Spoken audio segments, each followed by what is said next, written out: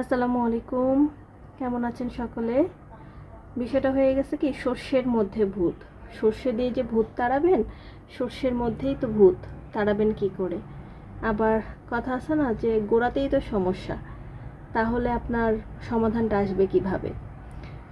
বাংলাদেশে যেসব পণ্য বাজারে পাওয়া যায় বা মানুষের খাওয়ার যোগ্য, আমার জানা মতে সব কিছু বিএসটিআই অনুমোদিত, বা সেখানে পরীক্ষা নিরীক্ষা করে দেখে যে মানুষের স্বাস্থ্যের জন্য ভালো কিনা, খাওয়া যাবে কিনা, কি কি উপাদান এখানে আছে, শরীরের জন্য ক্ষতি হবে কিনা, এরকম কিছু এখানে আছে কিনা, তাহলে ওই প্রোডাক্টটা বাজারে আসে, তাহলেই মানুষ খেতে পারে।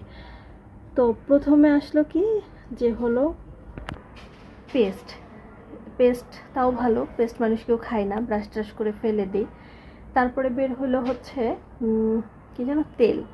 তেল হলে প্লাস্টিকের বয়মে বা প্লাস্টিকের বোতলে বাজারজাত করে বিক্রি করে। যেখানে প্লাস্টিকই ইউজ হচ্ছে সেখানে মাইক্রোপ্লাস্টিক পাওয়া, এটা তো খুব আহামরি বা এমন বিষয়টা না যে ডুমুরের ফুল, খুব স্বাভাবিক।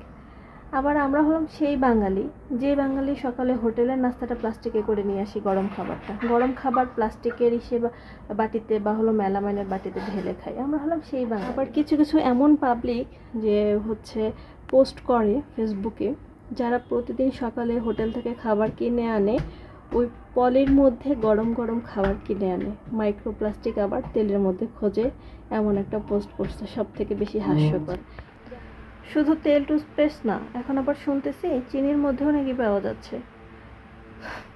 আরে ভাই, আমরা ফরমালিন খাইতে খাইতে আমাদের শরীর এরকম হয়ে গেছে।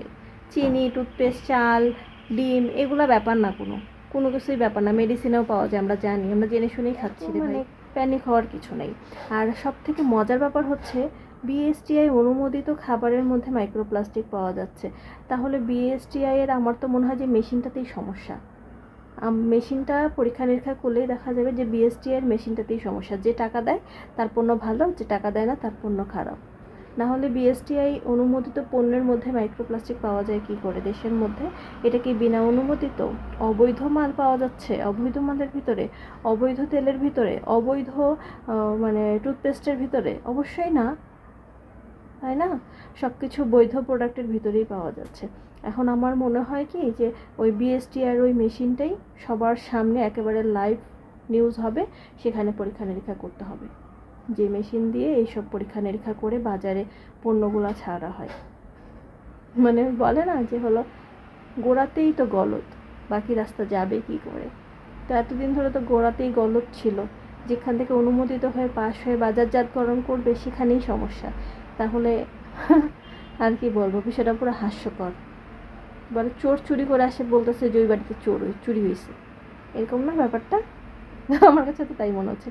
চোর চুরি করছে, খুব ভালো মতো চুরি করা শেষ, তারপর আসে বলতেছে জানেন ওই বাসায় না চুরি হয়েছে। আপনাদের কি মনে হয় কমেন্টে অবশ্যই জানাবেন। আর আমি তো চাই বিএসটিআই ওই মেশিনটা, যে মেশিনে এইসব পরীক্ষা নিরীক্ষা করে, আমি অত বেশি ভালো জানি না, অত বেশি জ্ঞানী গুণী মানুষ না, আমি সামান্য পড়ালেখা জানি। আমার তো ব্রেনে তাই বলে যে বিএসটিআই ওই মেশিনটাকে পরীক্ষা নিরীক্ষা করলেই সব কিছু পাওয়া যাবে, ওই হচ্ছে মূল হোতা। এই হলো অবস্থা আমাদের বাঙালির। ফরমালিন খাইতে খাইতে আল্লাহ তাআলা ভালো জানে কি আছে ভিতরে, কি রোগ বালাই নিয়ে বসে আছি। তো ভালো থাকেন, সুস্থ থাকেন, দেখা হবে আপনাদের সাথে পরবর্তী ভিডিওতে। আর ভিডিওটা ভালো লাগলে লাইক কমেন্ট শেয়ার করতে বলবেন না। আল্লাহ হাফিজ।